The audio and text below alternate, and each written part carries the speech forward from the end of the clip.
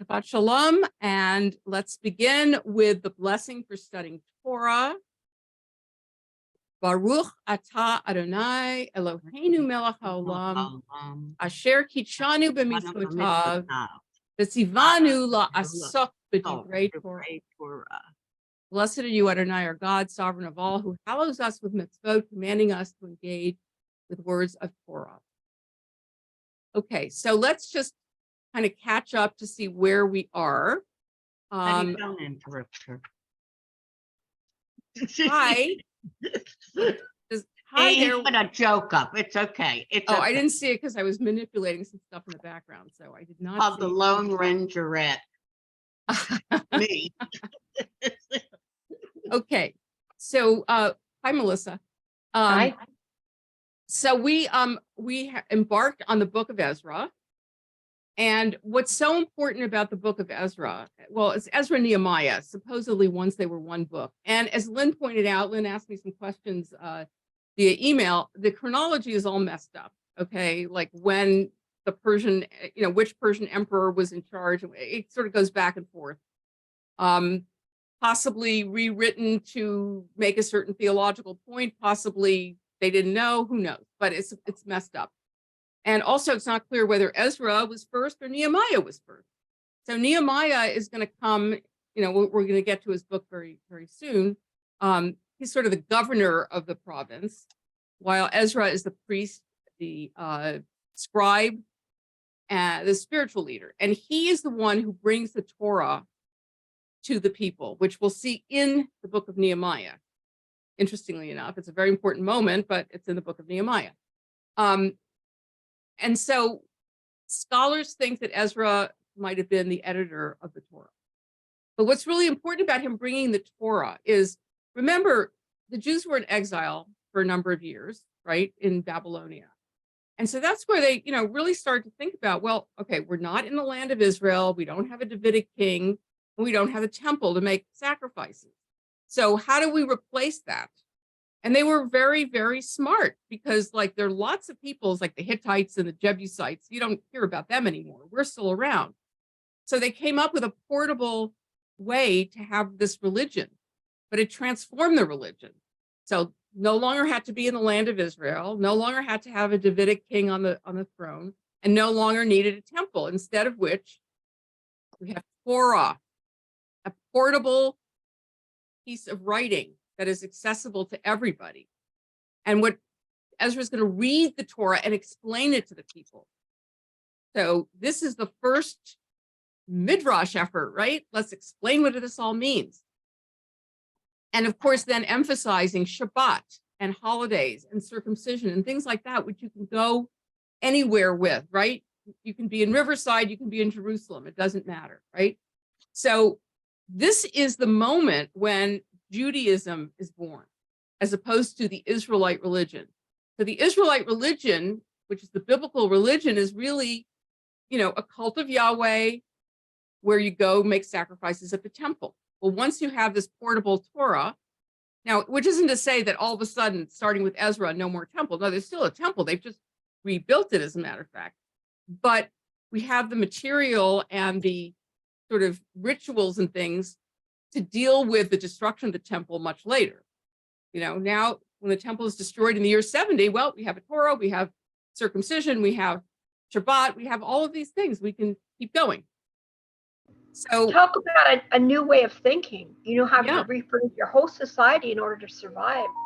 And in some ways, we're sort of at that kind of inflection point in religious life today. In fact, the reason Jason's not here is that there's a are you clapping, Sherry, or?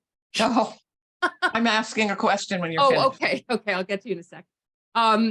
So Jason is at a board retreat today, and I'm going to be going there after Torah study to talk about some of the trends in religious and Jewish life, which means that we have to do things differently in the future. We can't, we've done things a certain way for a long time, and it's not working as well anymore. And of course, there were many inflection points in Jewish history, but this one is a key point, which is why the book of Ezra is so important. Ezra and Nehemiah is so important. Sherry. Yeah, perfect timing for that question, because the question I was going to ask you today, before you even said this, is some time ago in the beginning of our Torah study, you said Judaism was a biblical religion. And then No, it changed. No. It was a priest. The Israelite religion is biblical. Judaism is a rabbinic religion. Rabbinical. That's what I Yes, thought. Rabbinical. because Okay. it's about how the rabbis have interpreted it. Yes. They start interpreting it the minute they start reading it, right? I mean, any story that you get or anything you get, you have to interpret, right? The Constitution. I like to, with the bar mitzvah students, I like to tell maybe the story of like Little Red Riding Hood, or of Cinderella. I mean, there's a lot of stuff missing from those stories.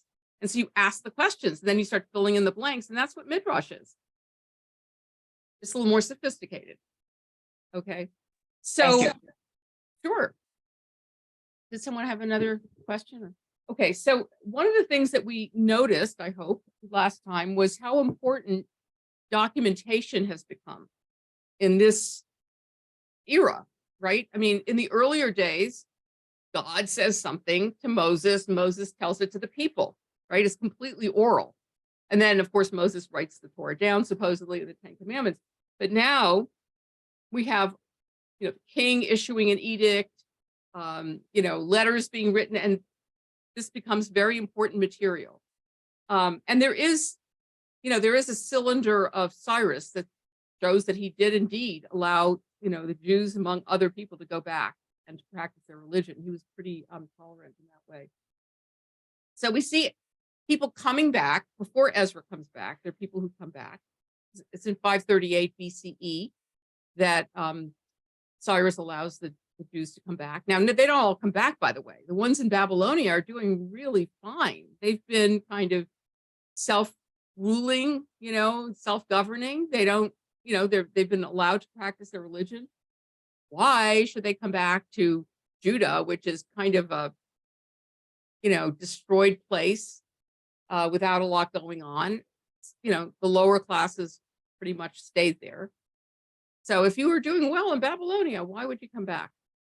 But some people do, and they rebuild the temple. And do you remember what happened when the temple gets rebuilt, or when they lay the foundation for the temple? What happens, Gail? That other people want to join in, and they're not inclusive.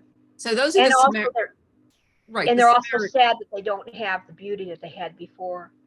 Right. So the Samaritans are some of the people who stayed behind, who claim that they're the most, faithful Jews, but they're not accepted by the Jews who come back. And so there's some tension in the land between these people coming back and rebuilding and the people who don't want them there, and especially because they're not being included. Sounds kind of familiar. Okay. Anyway, we won't go there. Anyway, the history repeats itself over and over again, right? But they start rebuilding the temple, and some people are really thrilled and shout for joy, and other people are really, really sad because it's nothing like what it was before. Remember, King Solomon built this beautiful, fancy temple. Now, when what's his name? King who comes back later. Oh God, Herod.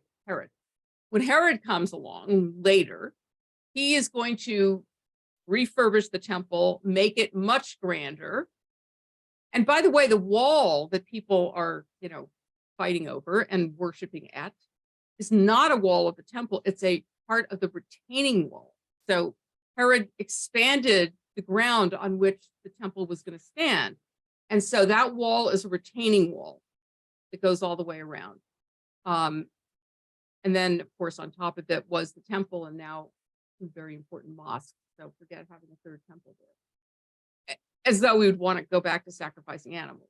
Okay, there are some people who do, but we don't. Okay, so we're going to pick it up at chapter 8. Does anybody have any questions or comments before we?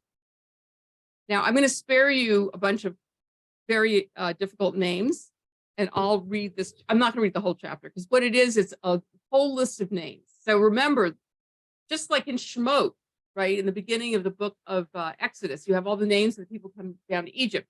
We had a similar thing with the book of Ezra. We had all the names of people coming back, which again, it seems to be very important to have all this documented.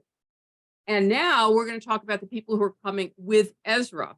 And what Robert Alter says is it's an honor roll of those who return. And it's establishing their pedigree and their sort of, legitimacy. So let's go to chapter. I'm going to sort of skim through it because it's a lot of names, which are not thrilling. Okay. So these are the family heads returning with Ezra. Okay. And so now we get the descendants of Pinchas, et cetera, all of these people, with, of course, men, who cares about the women, whatever, and all these other guys here. And you see, so-and-so son of, and then I being Ezra, assembled them at the canal that flows towards Ahava, and we camped there 3 days. And then he's going through and finding men of learning, and then they go somewhere else, etc. By the gracious hand of our God, he brought us Sherebia, a capable man, etc., more names, temple servants, Levites.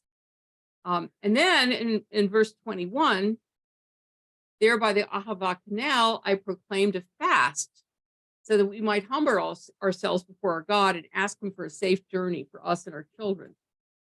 So the fasting is demonstrating their commitment, returning to the land, and of course, asking that God protect them. I was ashamed to ask the king for soldiers and horsemen to protect us from enemies on the road, because we had told the king, the gracious hand of our God is on everyone who looks to him, but his great anger is against all who forsake him. So we fasted and petitioned our God about this, and he answered our prayer. In other words, he's leaving the king of Persia. And if he were to say, hey, listen, could you give me a few soldiers to protect us on the way? The king would say, well, I thought you said God was on your side and God wants you to go back and God is, your protector. Why would you need soldiers? So he's too embarrassed, to say, well, who knows, maybe not. So they fast in order to get God to protect them. Okay, then he sets aside a bunch of priests and he weighs out the offering of silver and gold and the articles that the king, his advisors, his officials, and all Israel present there had donated for the house of God. So now they're getting all the stuff that was taken out of the temple.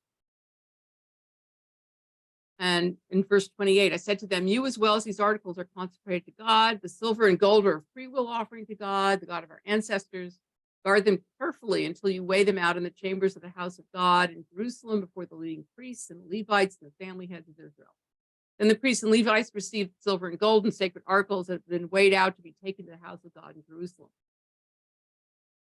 And then they go to Jerusalem. The hand of God, of course, is on them, protected from their enemies and bandits, right? It's anybody watch 1883, which is the prequel, the prequel to Yellowstone. When they're going across the country, I mean, you think, oh yeah, it was dangerous, but when you see this film, you realize what an assortment of dangers these people were facing, making this trek. These people were also going through the desert, right? And it wasn't even the desert here in this country, it was the prairie or whatever. But I mean, they're bandits, there are rattlesnakes, there's diseases, there's, hunger, there's just so many things. So this is what they're doing here. They're making this trek, and God is taking care of them, and they have all the stuff that goes back to the temple.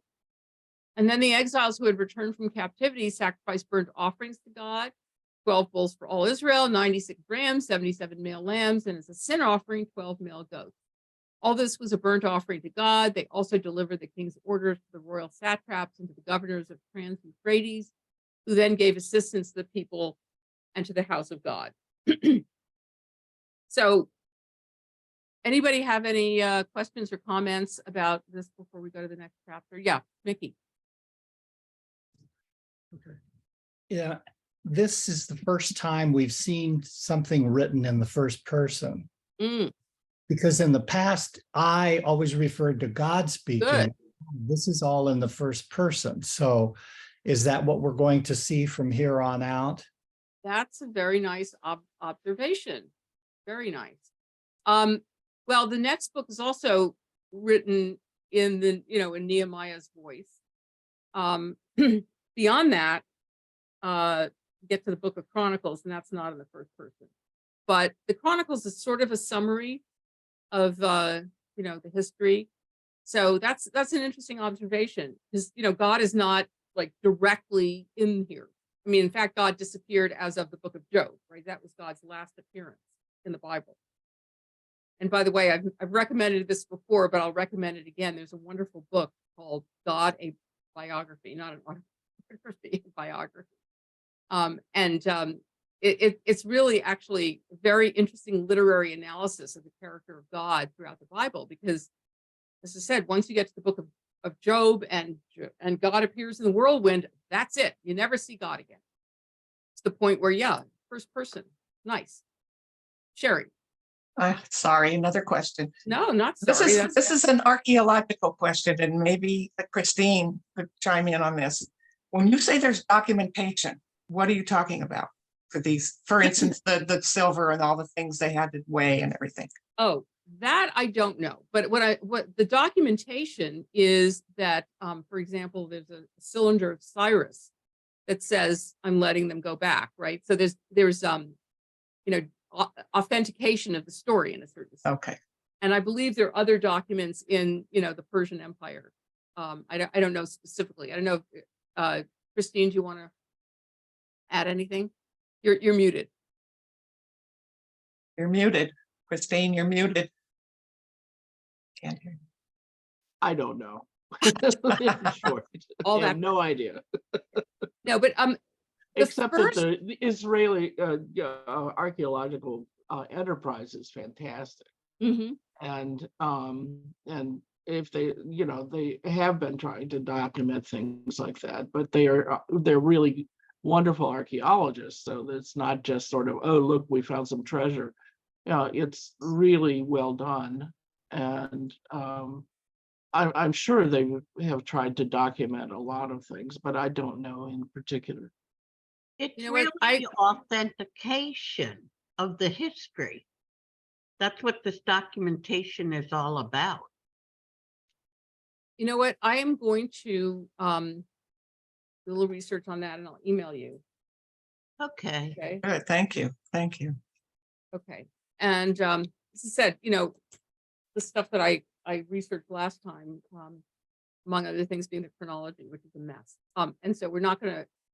It's not a history book, right? There's a theological underpinning to this, and so it's put together in a way that presents a point of view that they want to present. It doesn't necessarily, reflect complete reality.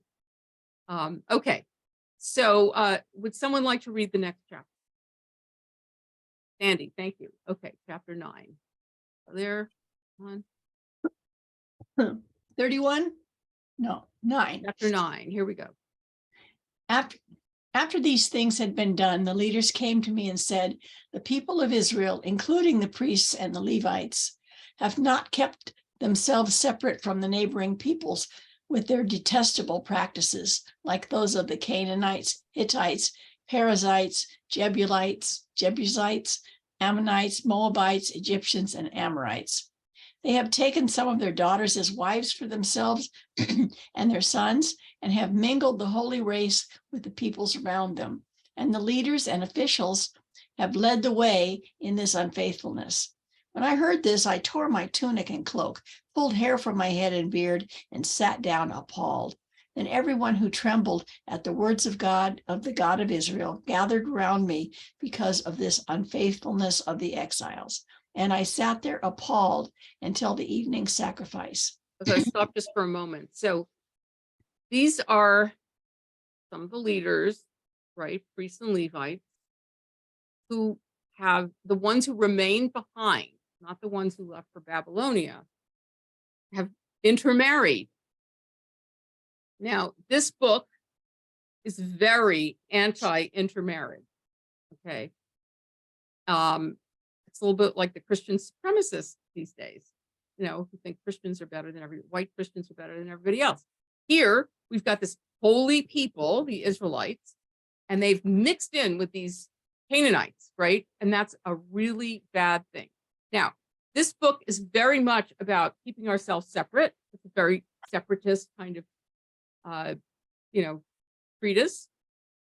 So hopefully you can also hear in the background fighting against this, the book of Ruth, which was apparently written around the same time, even though it doesn't necessarily, it supposedly takes place during the time of the judges, which is quite a long time ago.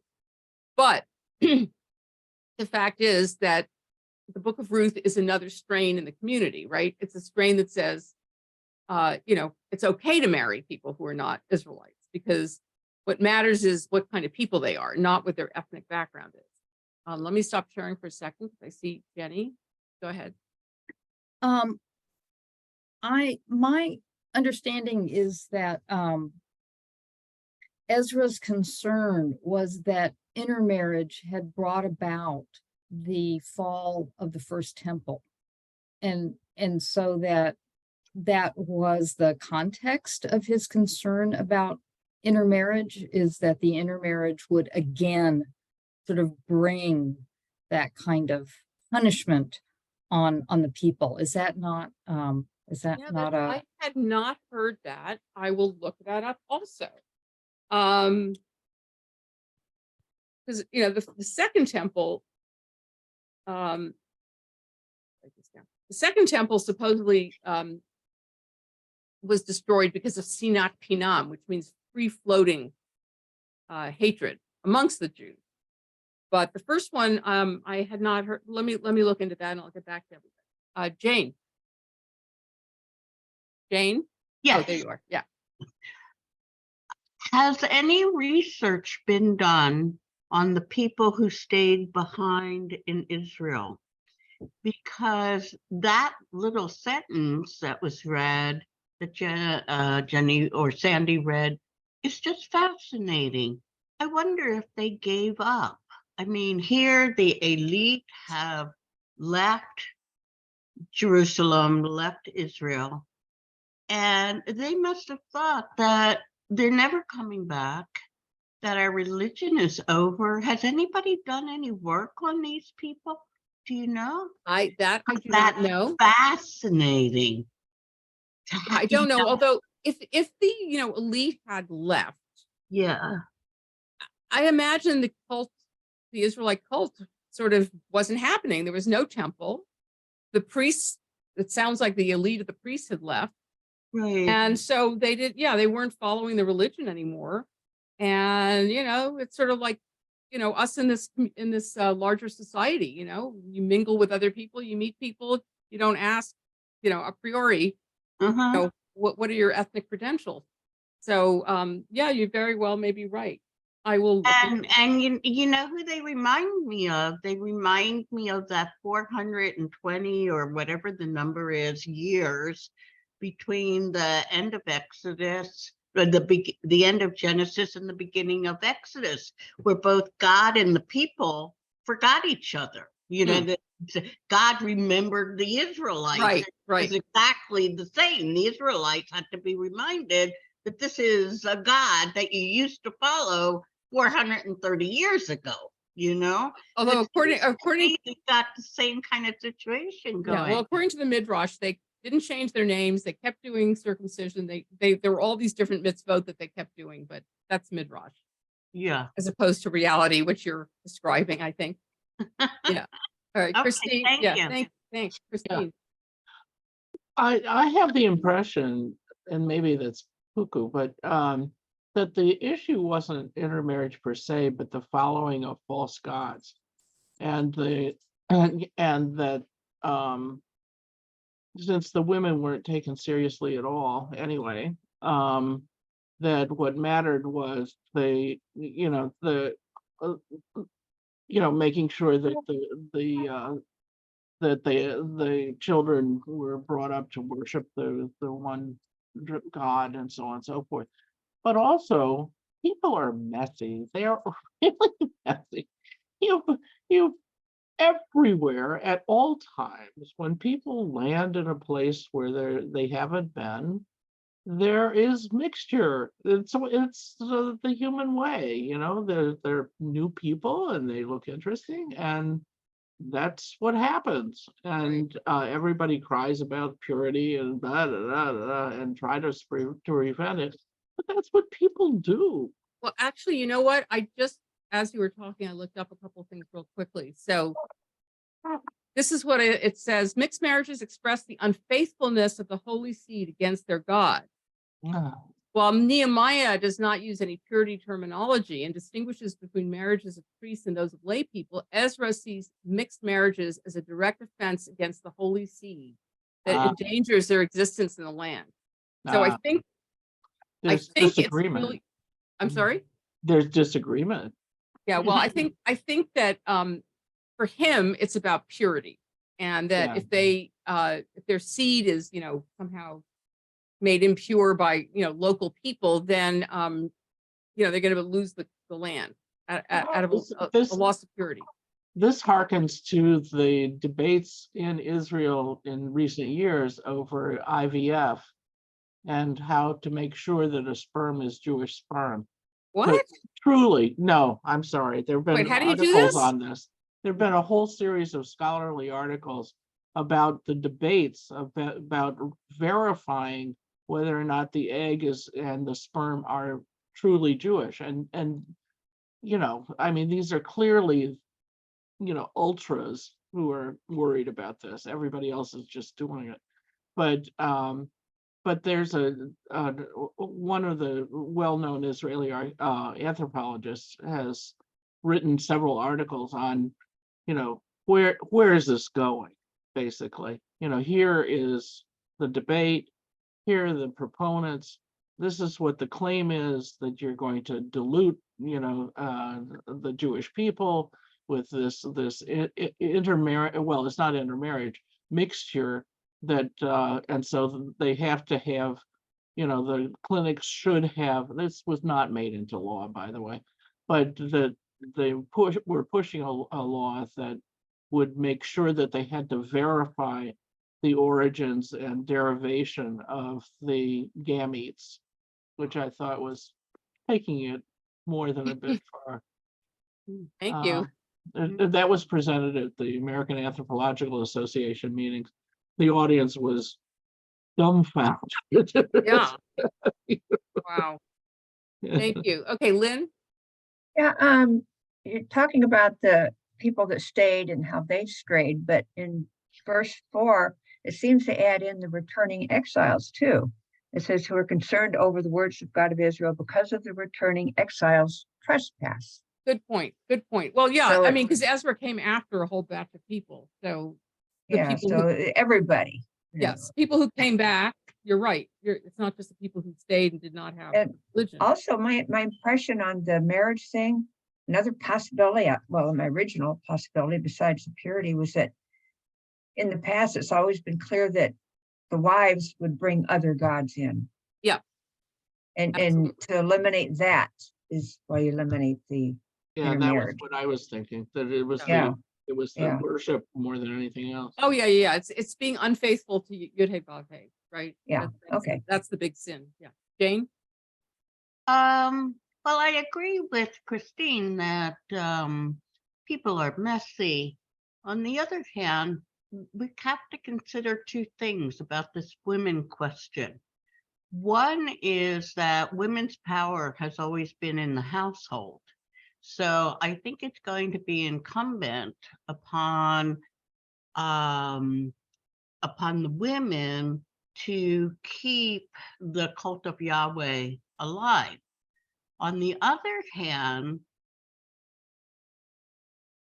we need to look at the so-called pagan religions that were present at the time and how much power and recognition was given to women versus the way the Israelite religion treated women. Because if women are going to have more power and more distinction in the foreign religion, that's going to be easy for them to adopt. Well, So that's there's interesting. a real trap here with this whole question. This whole period just all of a sudden has seized my brain. I am just so fascinated. Good. I'm glad. I'm glad. Because, you know, in a sense, it's like a rebirth So this is what I think Absolutely. Ezra is trying to do, is to rebirth this religion. Exactly. And he's up against, how many years were they in exile, Rabbi? I don't It remember. was like was it 90 or something? Okay, so we have at least 3 generations here. You know, that's a lot. That's not that short a time to lose whatever you had in the beginning, Right. 90 years ago. So I think this this whole question about intermarriage, it's not, to me, it's not that the women always bring in foreign gods.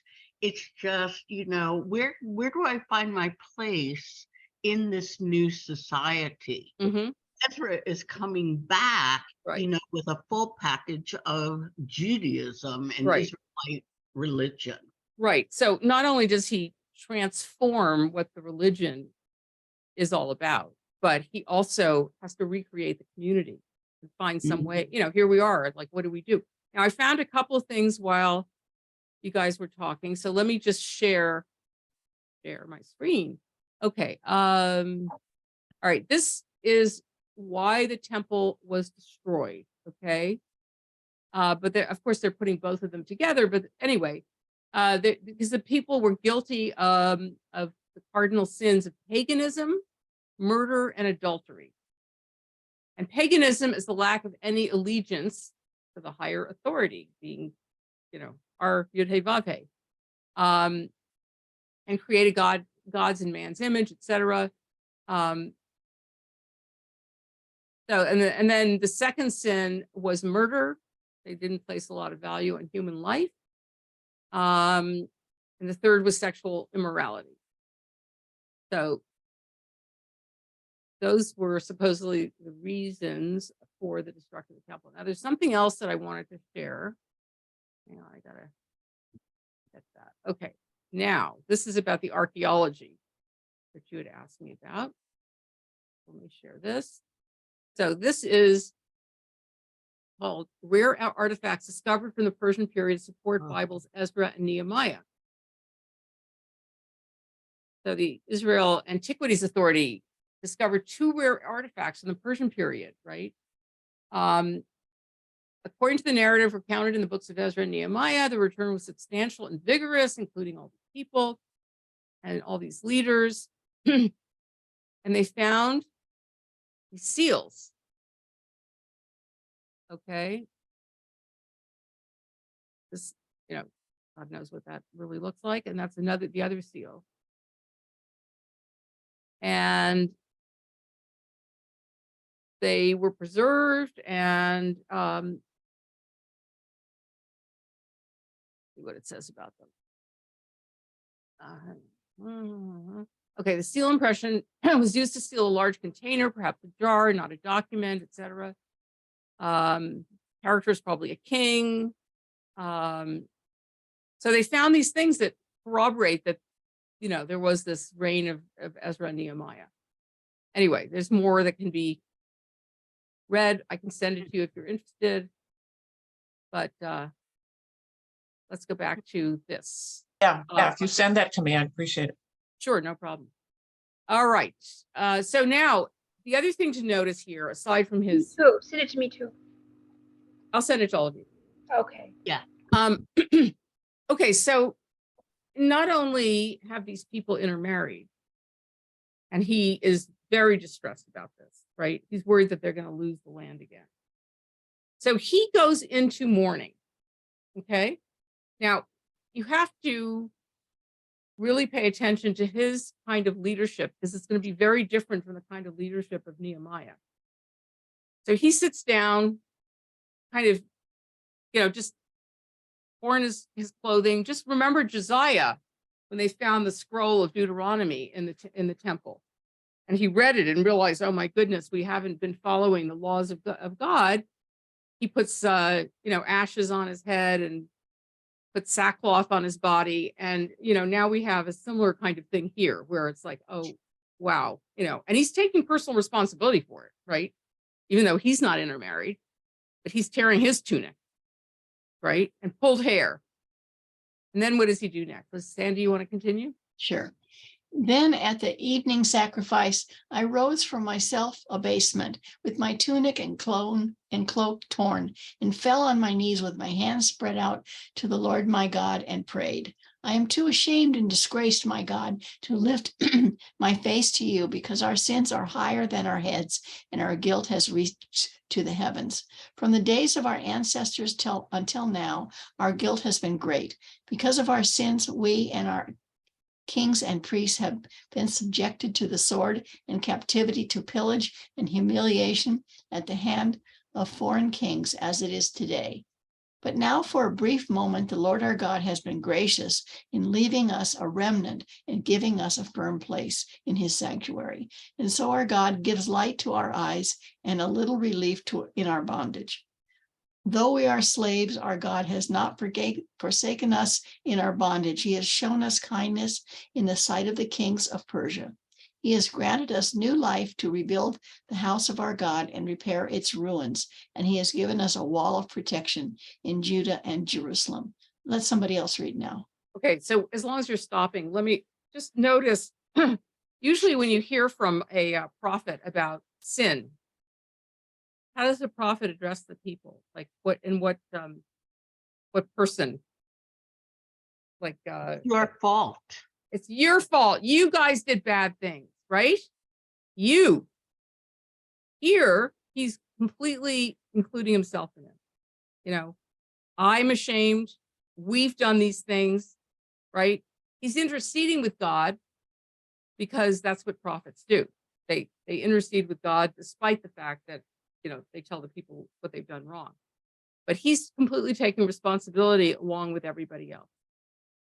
Okay, who would like to pick it up? I can pick it up. Okay, Jane. But now, our God, what can we say after this? For we have forsaken the commands you gave through your servants, the prophets, when you said, the land you are entering to possess is a land polluted by the corruption of its peoples. By their detestable practices, they have filled it with their impurity from one end to the other. Therefore, do not give your daughters in marriage to their sons, or take their daughters for your sons. Do not seek a treaty of friendship with them at any time, that you may be strong and eat the good things of the land, and leave it to your children as an everlasting inheritance. What has happened to us is a result of our evil deeds and our great guilt.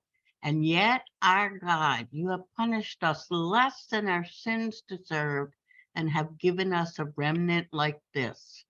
Shall we then break your commands again and intermarry with the peoples who committed such detestable practices? Would you not be angry enough with us to destroy us, leaving us no remnant or survivor? Lord, the God of Israel, you are righteous. We are left this day as a remnant. Here we are before you in our guilt, though because of it, not one of us can stand in your presence. And Melissa put in the chat, he, Ezra, may feel like he failed to convince the people to do better. Good leaders take responsibility. Even if he, just arrived 5 minutes before and couldn't have convinced people. You're right. Being a good leader means you take responsibility along with the people, and he has, as I said, you're going to see a very different kind of leadership when we get to Nehemiah. Any comments or questions before we go to the very important chapter 10? Christine, okay, let's stop sharing. Do we have a good sense of what numbers of people are involved, both from the people coming from into the land and the people who had been left behind? Because that article, which that article sort of says 40 the numbers. Yeah, I don't have it offhand right now.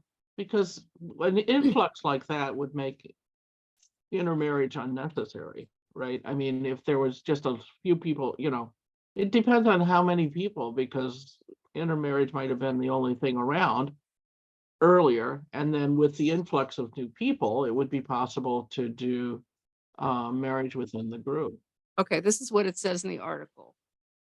42,360 people were returned, with more following later. Okay, so that's a lot of people. Yeah. And And that may just be the men, who knows, because they never seem to include the women. yeah, so so that's a lot of people. And Mhm. but I don't have any sense of how many people were left behind. Yeah. And it could be, you can make all of these, shift if you have a sizable number of people coming in, Mhm. because, you have a maritable group, as opposed to worrying about, marrying too close in, which might be against other rules. Yeah. Well, again, whether this is based on facts of like how many people are there around that you could marry, or whether it's based on the ideology that they want to put forth, who knows? Lynn. I was just thinking in terms of the people left behind, it was not just the people left behind, it were Jews or Samaritans. It was also the kings at the time imported people Right. from various places. So it was others Absolutely. also. Thank you for that. Thank you for that reminder. Absolutely. And that's what the Assyrians did, right? When they got the 10 tribes to the north, they pulled them out of there and they put other people in. So absolutely. So there's a big mix of people. Okay, so now who wants to, Jane, you want to keep reading when we get to chapter Sure. 10? Okay. Sure. Since So it's let's such see. an important chapter and I've never read this before. This There is you go. great. Okay.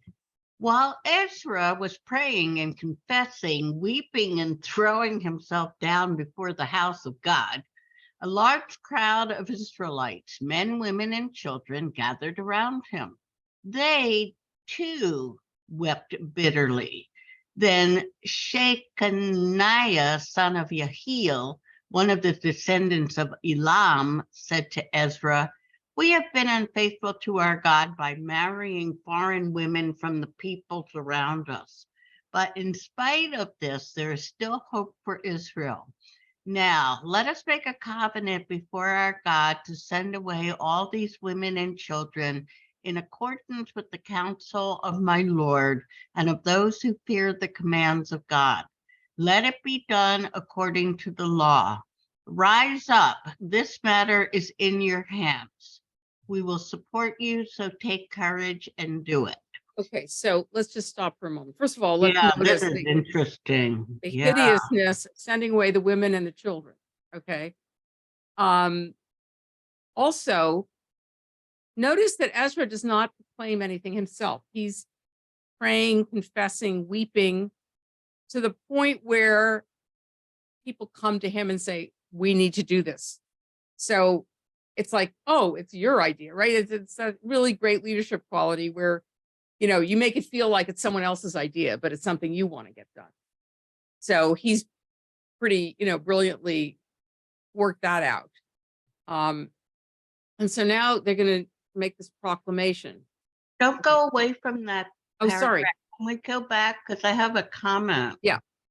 This is regarding our discussion. This is continuing our discussion on women.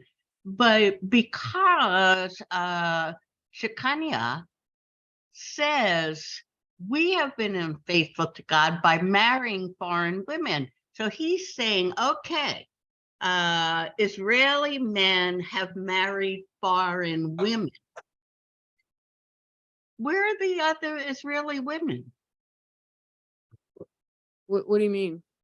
Well, why are they marrying foreign women if there are Israeli women? Did all the I women don't go know. to They like them Babylon? better. They like them better. Oh, okay. You know how Jewish men like shiksas, right? Uh-huh. Yep, they like the Yeah. shiksas. They like the shiksas. So these were the shiksas of the ancient Near East. Okay. No, I don't know. I mean, I'm sure some of Yeah. them married Israelite women, but some Yeah, didn't. but it's interesting. What's interesting to me here is that the men are saying we were the ones that married foreign women. The women are not saying we're the ones that married foreign men Oh. and gave over to their Although- I gods. don't care about the Although women. earlier it says that everybody married out, basically. Yeah, well, Well, Oh, not okay. everybody, but there was a Oh. lot of out marriage. Wait, how often do you see the women coming up and saying something? Except for, what's his name? Guys, Zelophehad's 5 daughters, right? I mean, when Moses is giving the land away to all these different tribes and saying, well, you know, when a father dies, the sons are going to inherit. And these 5 women say, wait a second, you know, our father was a good guy. He died. He didn't have any sons. So why is it that we can't inherit? So, you know, they changed the law for that. But otherwise, the women aren't the ones who make policy here. You know, who cares? Okay, I'm going to stop sharing because Harvey has his hand up. And Harvey. I find a problem with it in the sense that the original groups of Israelites coming out of Egypt were mixing with other groups on the way out. So they're essentially a mixed group to begin with genetically. So I don't really see the problem if, you know, as long as those other people would not follow the alternative gods, the other gods. I don't understand why it would be an issue. You know, Well, how just about- like she was talking about the genetics in Israel now, they're looking at genetics. To me, that's all nonsense because Of course. Jews were mixed groups from other groups over, thousands of years. And most probably when the Israelites come into the land of Canaan, it's not as though there's this separate ethnic group that is Israel. They are going to mingle with the Canaanites. The Canaanites probably join them.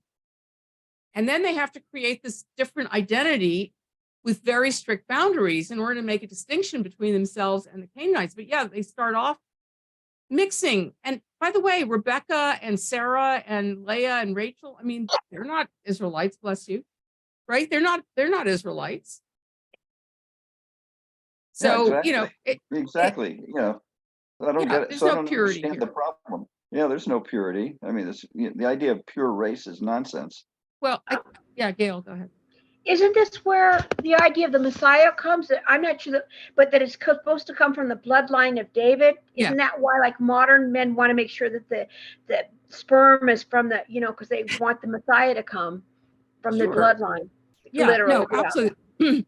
But just remember here. So just remember what the context is here, though. They're coming back from exile. If you think about, let's say, the Exodus, when they come into the land of Canaan in the first place, right? That's, as Harvey said, there's a mixed multitude along the way. There's scholarly theory is that the Canaanites become the Israelites by what they decide to adopt or to relinquish, in addition to possibly people who came in from Egypt, who used to be in Canaan. So you've got these people who don't have a distinct identity to start with, but what they do is they create this distinct identity, right? So when they come in from Egypt, they have all these very strict rules about how you cannot follow what the Canaanites are doing, right? And you have to just be loyal to our God. And it's creating an identity. And that's what Ezra is now doing again. They've been scattered, they're coming back. How do they create an identity as a people? And for him, it means don't mix with the local people. For the book of Ruth, if the local people, even a Moabite, you know, is particularly righteous, then they get to be included. And that happens over and over again. Rahab, for example, right? When in the book of Joshua, when they look to conquer the land of Canaan, and Rahab helps them. She's not a Jew or an Israelite, but she's accepted as a good person. So there's a tension throughout the Bible between accepting people from the outside and rejecting them, depending on, you know, what's going on. So I do think that it's a special moment in history here where they're trying to establish themselves all over again. So they're coming up with, you know, parameters for what constitutes their identity, if that makes sense. Okay, any other comments? It's upsetting. And by the way, guess what? People today can read this and say, this is what we're doing, right? Unfortunately, right? In Israel, you've got some right-wing, really right-wing, ultra-Orthodox people and rabbis who say, Ezra said we shouldn't mix with the local people, right? And who are the Canaanites of today, according to them? Okay, Christine.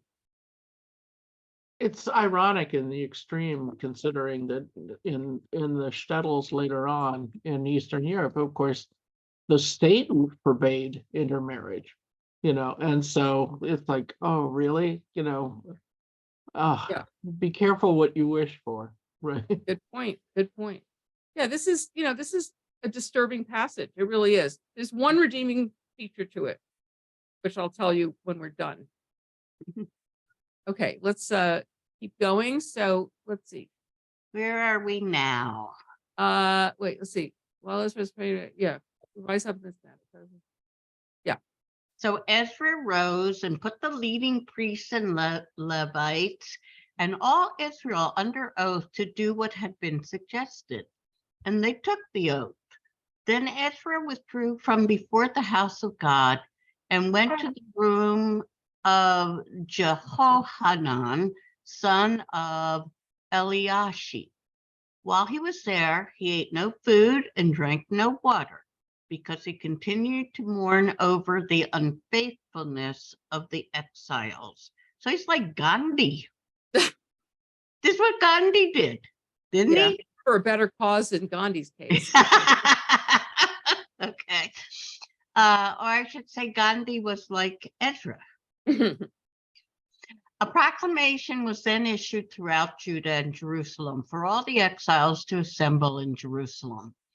Anyone who failed to appear within 3 days would forfeit all his property in accordance with the decision of the officials and elders, and would himself be expelled from the assembly of the exiles.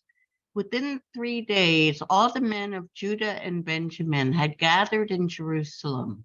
And on the 20th day of the 9th month, all of the people were sitting in the square before the house of God, greatly distressed by the occasion and because of the rain.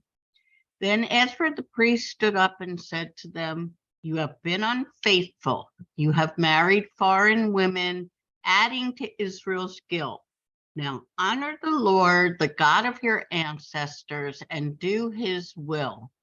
Separate yourselves from the people around you and from your foreign wives." By the way, notice that if people did not do what they were supposed to do, which was to show up within 3 days, they would be severely punished, right? Yeah. The whole assembly responded with a loud voice. "You are right. We must do as you say. But there are many people here, and it is the rainy season, so we cannot stand outside. Besides, this matter cannot be taken care of in a day or two, because we have sinned greatly in this thing. Let our officials act for the whole assembly. Then let everyone in our towns who has married a foreign woman come at a set time, along with the elders and judges of each town, until the fierce anger of our God in this matter is turned away from us.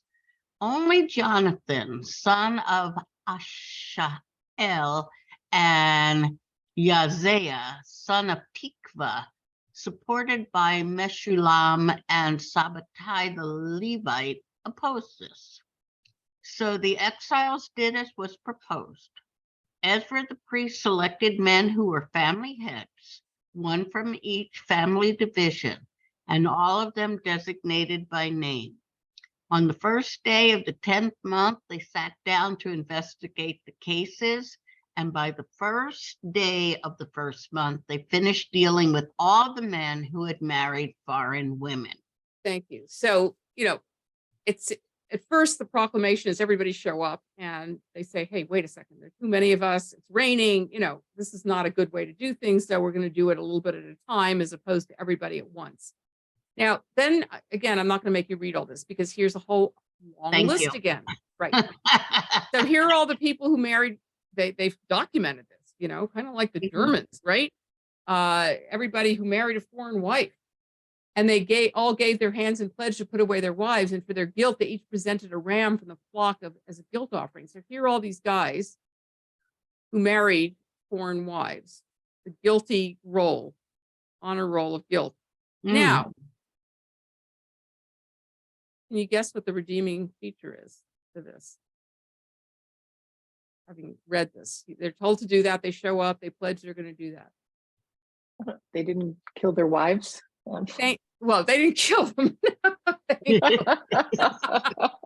That's a good thing. Yes. Yeah, they didn't kill them. Christine. They didn't say anything about keeping their ex-wives as concubines. Well, actually, yeah, it doesn't say that they actually did any of this. Yeah, because technically, if you put away your wife, it says nothing about concubinage. Yeah. Well, they might have. Listen, what's I'm just interesting- worried about all these women having to like suddenly support their kids with Right. no way to Where are they supposed to go? Yeah, Right. exactly. Where are Good they supposed point. to live? Get out of the house and figure it out. No, I to don't me, understand why they just didn't assimilate them into the group, and just say, okay, you're part of the group now, and don't practice your old religion anymore. I mean, that would have been the easy way to do it. right. They could have said you need to convert or whatever. No, but the redeeming feature of this whole horrible chapter is that it never says that they did it. So presumably, people can make big pronouncements as leaders. We all must do whatever. And then people don't necessarily do it, including the person proclaiming it. But you've established some sort of norm, maybe for the future, I don't know. Or maybe you've established this is what needs to be the right thing. And then if people don't do it, they don't do it. And they don't do it in this case. There is nowhere where it says that they actually did it. So that's my redeeming sense here. Okay, Christine. Also for the elders and so on, the people who are in charge, it becomes, if they haven't really done it, it becomes a sort of perennial threat. And similarly to the wives and children, it becomes a perennial threat. Well, I'm supposed to put you away. And Good point. It's just fairly grisly for all involved. Yes, it is. As I said, this is a very unhappy chapter as far as I'm concerned, not one to be terribly proud of. As I said, the redeeming feature is that it didn't happen necessarily. And number two, we do have the book of Ruth, which says something very different. As I said, there's always this tension today. I mean, how many people rail against intermarriage today? Mhm. That I'll get to you in a second. Okay. So, we know that there are plenty of people who belong to a synagogue who are intermarried, and the non-Jewish spouse or partner often does more for the temple than the Jewish one. But there are all these people railing against how this is destroying the Jewish, community. Jane? What was I gonna say? How would they have even enforced this? Remember, they said they're going to steal their property if they don't do it, or if they Yeah, don't show up. But it seems like a very amorphous day to me. I mean, they don't Yeah. have a police force, they don't have an Right. army, they don't have a National Guard. Right. So it's like you say, you make a big pronouncement, looks great PR. Yeah. But on a basic level, it's not carried out. right, like justice in this It's country. basically Okay, Lynn. Trump's wall. Yeah. Oh, yeah. The one he finished. Did you know? Okay. Lynn. I'm thinking if they didn't, it could be that the officials are establishing a principle and no, we won't marry any new people, to foreign women. But if they just sort of turn the other way and Yeah. don't look at it, just establishing the principle for future, maybe. Yeah. Exactly. don't- Exactly. Yeah. You establish certain principles of justice or whatever, and you follow it. Let it slide for now, but we're not going to do any marriages to foreign women in the future, Right. so, Right. I don't know. Yeah. So you're establishing the principle, and no, like maybe they did do it. We don't know. Yeah. That's the point. So we don't know. Anyway, now we're going to move on to Nehemiah, who. Mark had a question. Oh, I'm sorry, Mark. Well, I just a comment that from my perception, it feels like it was an effective power grab, from the Jews that were arriving, that they sort of, and even though they, held the people that remained accountable for marrying women, from other cultures, they effectively sort of put them in their place, and that's sort of it. So for me, it just feels like, okay, so that the Jews that were arriving are the ones now that really held the power, the religious power, Anyway, That's a very interesting observation. That's very nice. That's probably true as well. Thank you.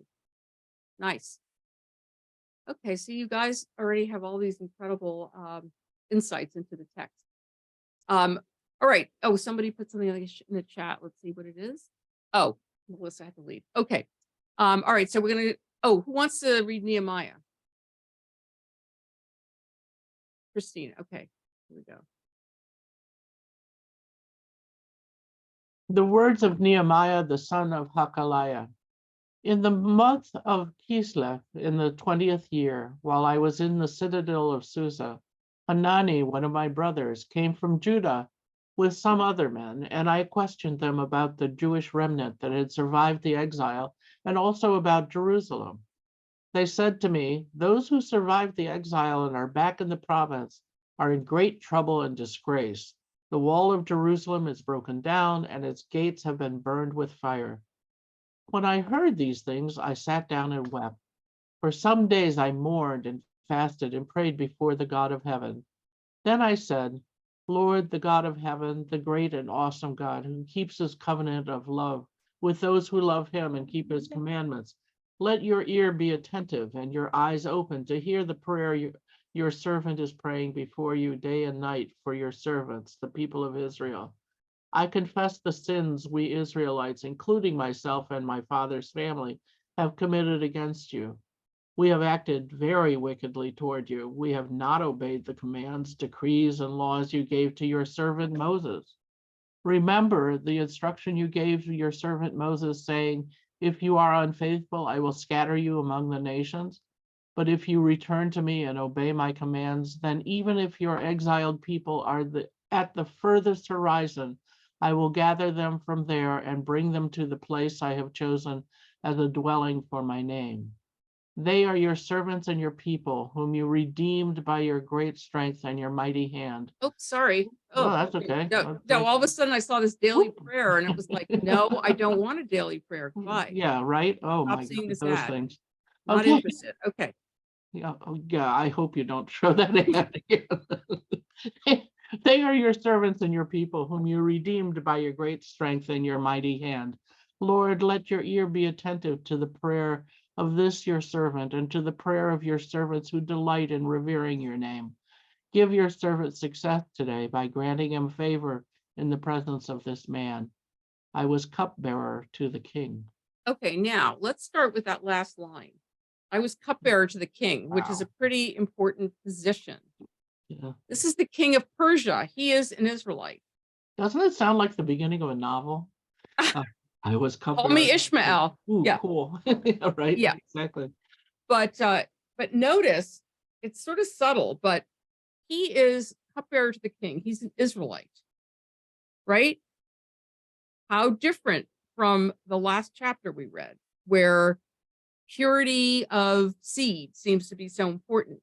Here, the king is tolerant enough of other kinds of religions and ethnicities to have as his cupbearer this Israelite, Yeah. right? So different from Ezra's perspective.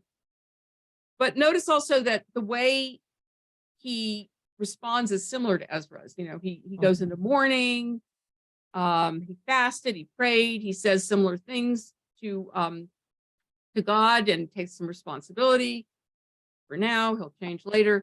And it's also important to look at this verse 3 about, the wall of Jerusalem was broken down, its gates have been burned with fire. I mean, things are a mess back in Judah, right? This is why so many people didn't return. Like, why would you want to go back to a place that's been completely decimated? And the walls are broken down, which means if the walls are broken down, it's going to be hard to defend it. So you build a new temple, how lovely, but if there's no wall to defend it, how is that going to work? So the place is a mess, and he's going to go back as well. So we'll go to the next chapter. You want to keep reading? Okay. In the month of Nisan, in the 20th year of King Artaxerxes, When wine was brought for him, I took the wine and gave it to the king. I had not been sad in his presence before, so the king asked me, "Why does your face look so sad when you are not ill? This can be nothing but sadness of heart." I was very much afraid, but I said to the king, "May the king live forever. Why should my face not look sad when the city where my ancestors are buried lies in ruins and its gates have been destroyed by fire?" The king said to me, "What is it you want?" Then I prayed to the God of heaven, and I answered the king, "If it pleases the king, and if your servant has found favor in his sight, let him send me to the city in Judah where my ancestors are buried, so that I can rebuild it." Then the king, with the queen sitting beside him, asked me, "How long will your journey take, and when will you get back?" It pleased the king to send me, so I set a time. Let's stop just for a moment. So here's the king sitting with the queen Yes, exactly. and looking sad is not so cool. You should be rejoicing to be with the king and the queen and all of that. So that's why he's afraid to say anything, because, he's not supposed to be sad in this circumstance. But it's sort of like, here's my hint. I'm looking sad, and oh, I'm so upset about the people, who've been killed and the destruction of the city and everything.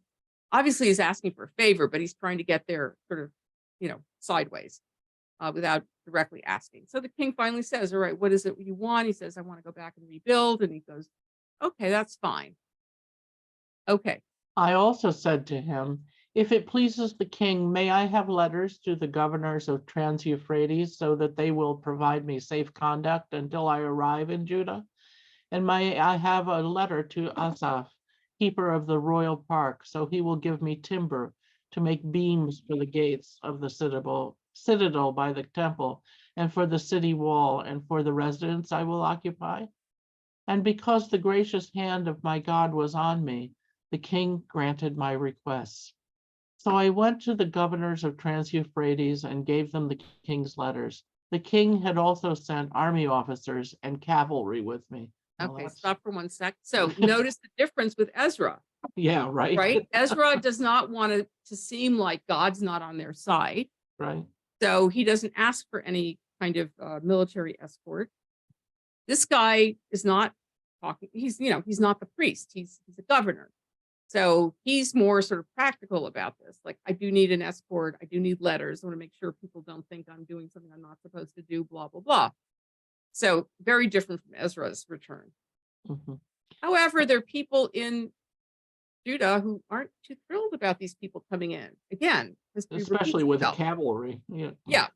But, you've got the Ammonites, you've got other people, you've got the Samaritans. It's like, what are these people doing coming in here? Get out of here, right?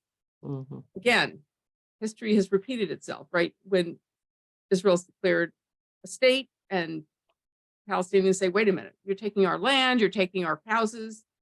Why is that okay? Okay, so here we have the first resistance. I went to Jerusalem. Wait. No, when yeah. Sanballat the Horonite and Tobiah the Ammonite official heard about this, they were very much disturbed that someone had come to promote the welfare of the Israelites.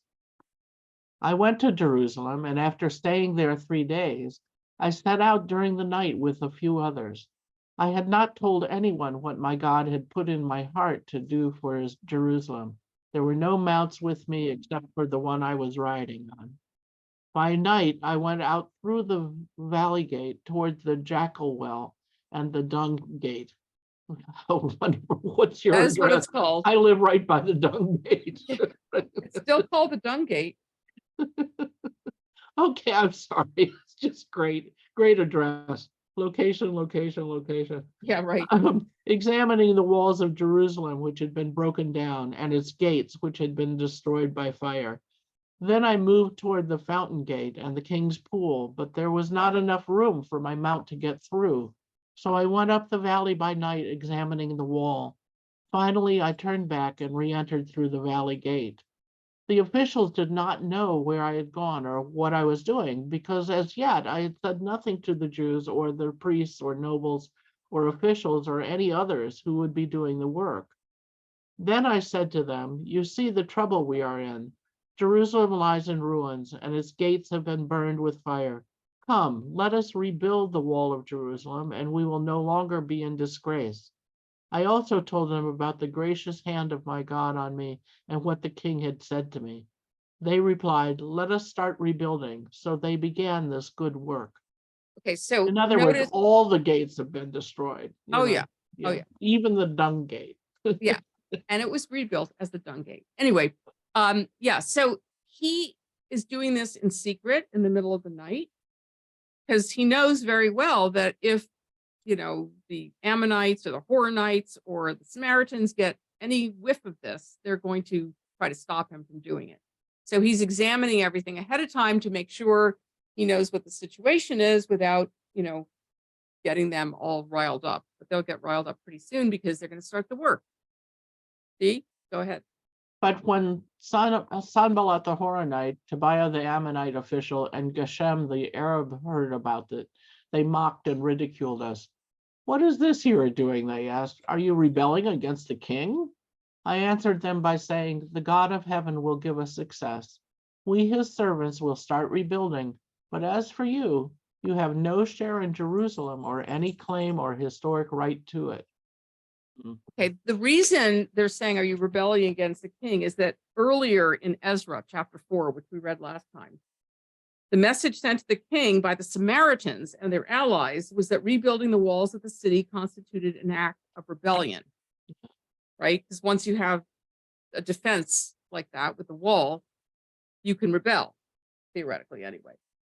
And then you have no share or right or claim in Jerusalem. The Samaritans, whatever their ethnic origin, consider themselves legitimate followers of the God of Israel, and thus entitled to a full role in the rebuilding of the Jerusalem temple and in participation in the cult there. This is a claim that Nehemiah, with his separatist ideology, categorically rejects. Again, you know, if they had done it together, things would have maybe been very, very different. Jane. Ezra is trying to rebuild the identity of the Israelites. Mm-hmm. Nehemiah is rebuilding the city, Mm-hmm. Jerusalem.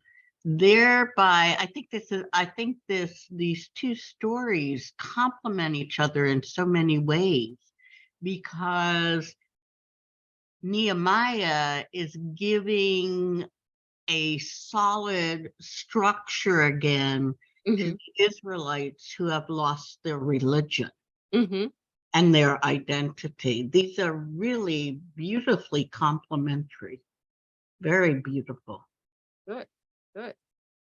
Okay, any other comments, questions? Yes, Christine. In a way, following up on what Jane pointed out,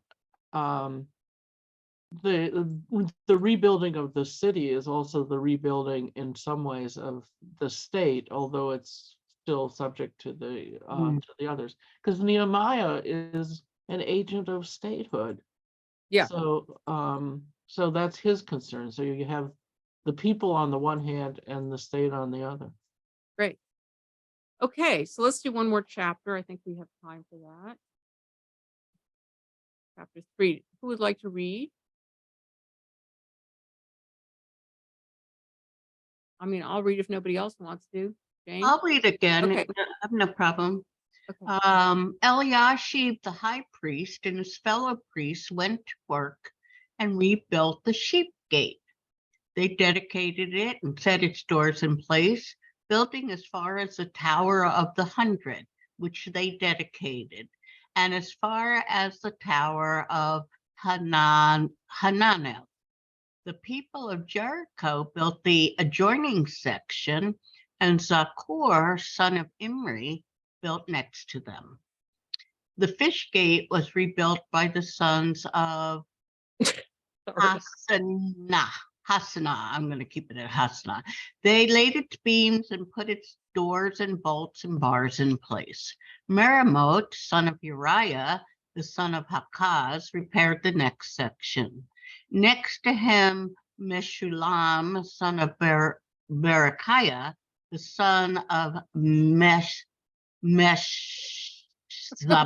Sorry. it's fine, made repairs, and next to him Zadok, son of Baana, also made repairs.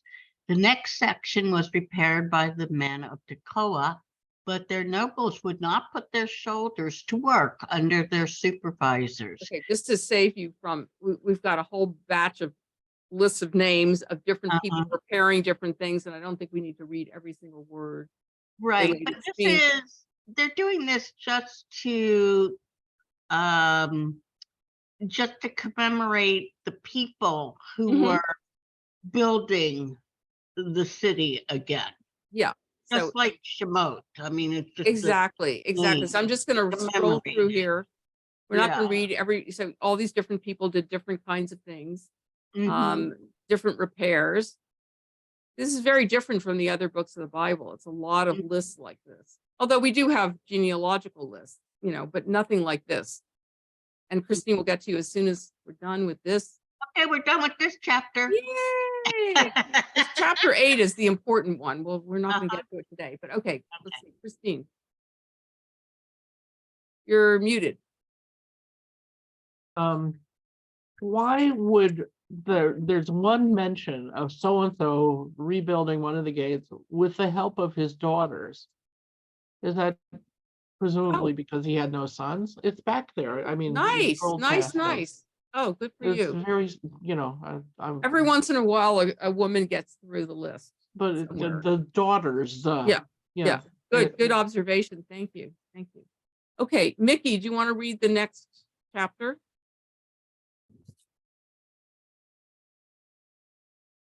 When Sanballat heard that we were rebuilding the wall, he became angry and was greatly incensed. He ridiculed the Jews, and in the presence of his associates and the army of Samaria, he said, "What are those feeble Jews doing? Will they restore their wall? Will they offer sacrifices? Will they finish in a day? Can they bring the stones back to life from those heaps of rubble, burned as they are?" Tobiah the Ammonite, who was at his side, said, "What are they building? Even a fox climbing up on it would break down their wall of stones." Let me mention something about the fox. So the fox is a symbol of desolation. And what they're saying here is, they're going to put up these walls so quickly that they're not going to hold. And a fox could break it, right? A fox is not that heavy. But it's a combination of talking about how the walls are not strong enough and the fact that having a fox around, there's stories in the Talmud about the fox, kind of walking around the ruins of the temple. So it's a symbol of desolation. Okay. Hear us, our God, for we are despised. Turn their insults back on their own heads. Give them over as plunder in a land of captivity. Do not cover up their guilt or blot out their sins from your sight, for they have thrown insults in the face of the builders. So we rebuilt the wall till all of it reached half its height, for the people worked with all their heart.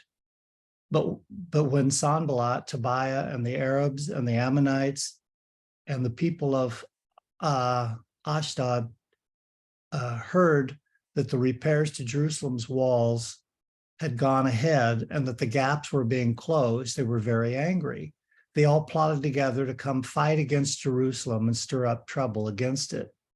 But we prayed to our God and posted a guard day and night to meet this threat.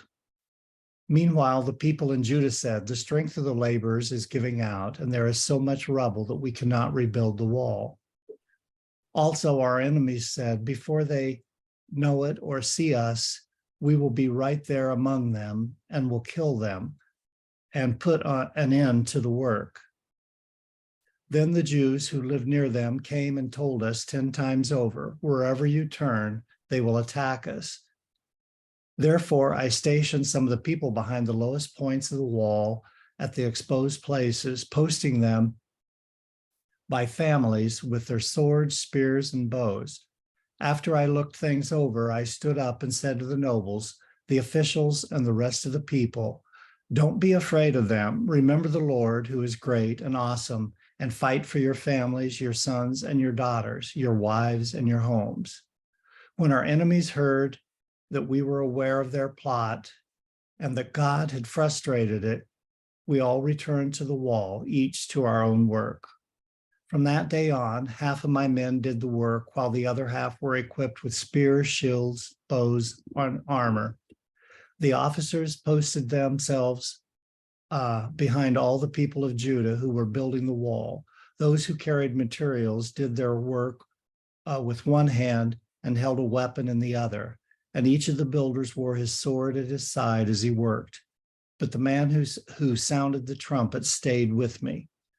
Then I said to the nobles, the officials, and the rest of the people, the work is extensive and spread out, and we are widely separated from each other along the wall. Wherever you hear the sound of the trumpet, join us there. Our God will fight for us. So we continued to work with half the men holding spears from the first light of dawn till the stars came out. At that time, I also said to the people, have every man and his helper stay inside Jerusalem at night, so they can serve as guards by night and as workers by day. Neither I nor my brothers, nor my men, nor the guards have any. Can you see it? Let me move Can't it. see anymore. Okay. Jerusalem at night, so they can serve as guards by night and workers by day. Neither I nor my brothers, nor my men, nor the guards with me took off our clothes. Each had his weapons, even when he went for water. So you have a group of these guys serving as guards, and you also have the builders with weapons. And you have people sleeping with their clothes on in case there's an attack in the middle of the night. So he's, very, very strategic and smart about how to rebuild this wall, right? Just the way Ezra will be very strategic about how he's going to create this new identity for the people. Nehemiah is very smart about how to build the wall because he knows there's going to be opposition, there are going to be enemies. And so they need to be pretty well equipped to defend themselves. I don't know where they got all this weaponry from, but they apparently seem to have it. Any comments, thoughts about any of this? No. All right. Since we only have Harvey, go ahead. Harvey? I can't. Yeah. Oh, there I am. I'm muting. I was trying to think about the Sumerians. Are they the same? The people from Samaria that are against the Israelites at this point, are they the same group that's called Sumerians today? Samaritans, yes. They're the people who theoretically were left in the land after the Assyrian, the Babylonian attack on the country and on the. Because the group there is the current group practices a religion very similar to Judaism, just Right. with slight differences. Right. That's why they're particularly annoyed and angry because they want to help build the temple because they're saying this is the God that we worship and this is what we do, and they follow the Torah. Now they follow the Torah. In those days, they didn't necessarily have it, but yeah, it's the same group of people, Yeah. and they're being rebuffed here. Yeah. And they're not today, considered to be they're part of very the exclusionary. Yeah. They're very exclusionary today. Those groups are exclusionary to others. They won't allow intermarriage, which is kind of ironic because that's basically what's going on in the story. Hey, listen, the Satmar group, which is a Hasidic group, doesn't want people from Satmar to marry into other sects. That's They insane. don't allow people to read the material from other Hasidic sects. So this is nothing new, this kind of exclusionary, way of identifying yourself and to be intolerant of other people. And of course, today, this Very is what we've cultist. gotten to. You can replace Samaritan with Republican and Israelite with Democrat or whatever.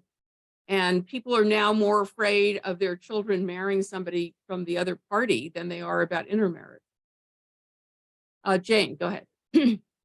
Oh, this is kind of just a snarky remark, but I'm in another class and we're studying Exodus. So I was just thinking, boy, we're a long way from Yitro. who had to come and tell Moses how to subdivide Good everything point. and delegate everything and decentralize everything. It's just natural now to do this. That's a great point. Harvey, do you still have your hand up or? No, thank Harvey? you. Sorry. Oh, you're done?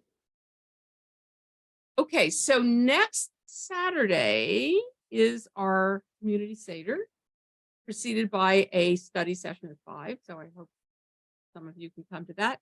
And then our next time, I think, is the 22nd, because on the 15th, I'm going to have a bat mitzvah with the worst Torah portion that anybody can have. Okay, Tazria, right? It's the one that all the kids avoid, like the plague, because it is about the plague, a certain kind of plague.